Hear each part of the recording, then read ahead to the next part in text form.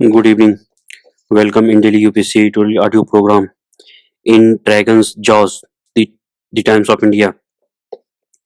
Our not so obvious disease of obesity, the Economic Times.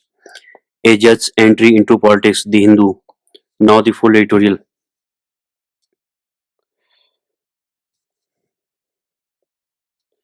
In Dragon's Jaws, the Times of India.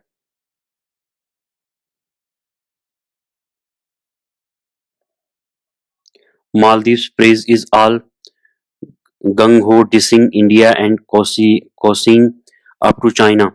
But loving China never ends well.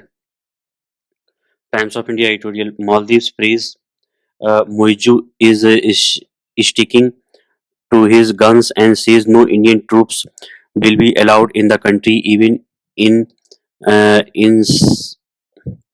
Cives after the May 10 deadline. His sneering follows Maldives inking a defense cooperation agreement with China earlier this week, but India has already begun replacing its military personnel with technicians. So Moiju needs to chill, and someone needs to tell him he is taking a risky bet with China. China's black hand. If Moiju thinks his newfound pal China has his back, he should think again. He only needs to look at the mess the Chinese helped create in Sri Lanka for years. The Rajpakse took easy Chinese money for while elephant projects, but it all came crashing down. Lankans got mad, and as an economic crisis hit them, Rajpakses were booted out of office. Not a friend in need. Beijing's modus operandi has spread across geographies. In Zambia, billions of dollars of Chinese loans for infra projects drained the country's forex reserve. But when Zambia sounded the alarm, China turned the screws by insisting on confidentiality and varying it from disclosing terms of its loans. Meanwhile, Chinese CPEC loans to Pakistan have done nothing for that basket case economy. Islamabad continues to struggle under a mountain range of debt, and it's IMF, not China, that Pakistan is looking to for succor. Beijing's subversive tools add to this China's growing range of interference operations. Beijing's United Front Work Department could in, infiltrate Maldivian institutions. Muizu should know that he got elected because of free elections in Maldives, but he is hobnobbing with the revisionist power that that has nothing but is scorn for democracy. China is a bully. Just ask Taiwan or countries in South China Sea. Muizu must ask himself: is he selling his country to the dragon? Our not so obvious disease, obesity. The uh, Economic Time editorials, popular in imagination, even in India itself has it that unhealthy Indians suffer overwhelmingly from under and malnutrition. The visual trope for this is thin, emasculated people, but even as undernutrition in India very much lingers, that a growing number of Indians suffer from obesity gets uh, underplayed. According to a recent Lancet study, globally more than bin, 1 billion people, 1 in 8% live with obesity today. Obesity among adults has more than doubled since 1990 and qua- quadrupled among children and adolescents 5 to 19 years, and India hasn't bucked this trend. For India, there is the double burden of malnutrition and obesity. Also, there is a high burden of non-communicable disease like heart disease and diseases which obesity fuels. It would be a mistake to think that obesity is a disease of the urban rich. From 1990 to 2022, numbers have grown from 3.5 million to 70 million, with households becoming more affluent. There is a rise in consumption of processed foods high in fats, salts, and sugar. Household consumption expenditure survey 2022-23 shows that rural households now spend nearly as much relatively as their urban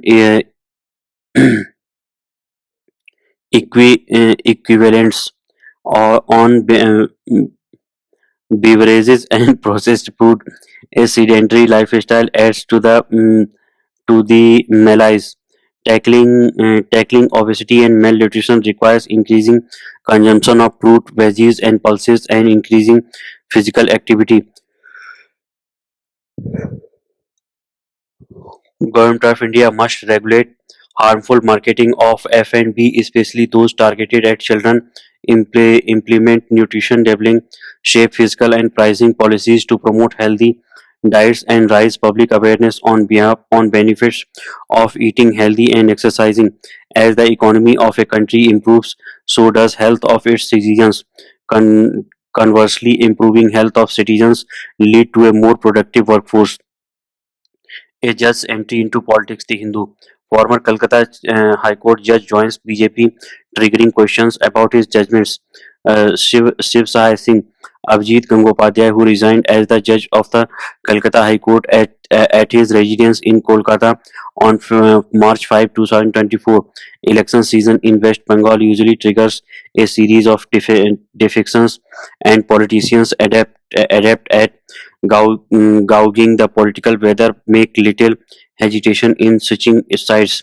However, something unusual occurred this election session in the state on March 5, when hours after resigning as a judge of Calcutta High Court, Abhijit Gangopadhyay announced his plan to join the Bharatiya Janata Party (BJP).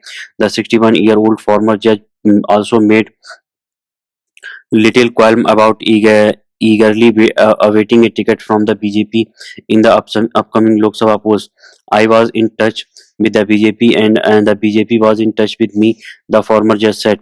This remark provided enough reason for the Trinamool Congress leadership to question whether the orders that the Mr. Gangopadhyay delivered as a judge were free from political biases. The state's ruling party, which has suffered several setbacks in a series of orders delivered by the former judge, has sought review of all the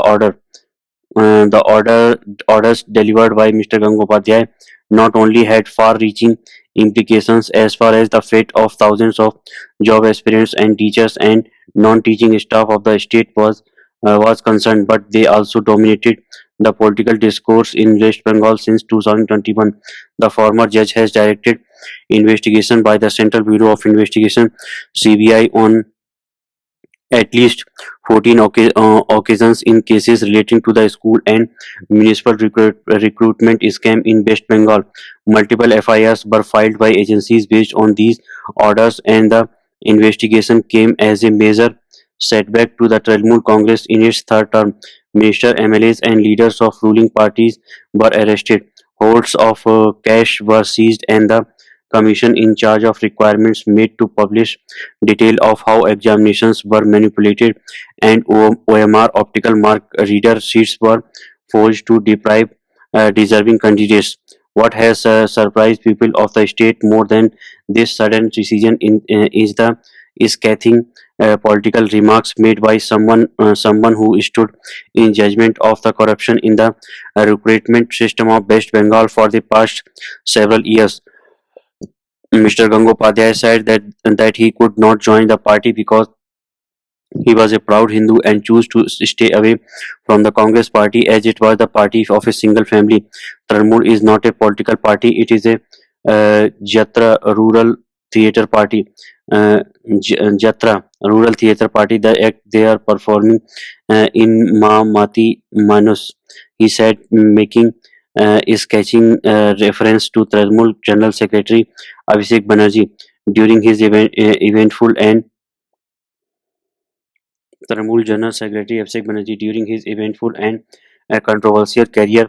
the former judge who was appointed as additional judge in May 2018 and elevated as a permanent judge of the High Court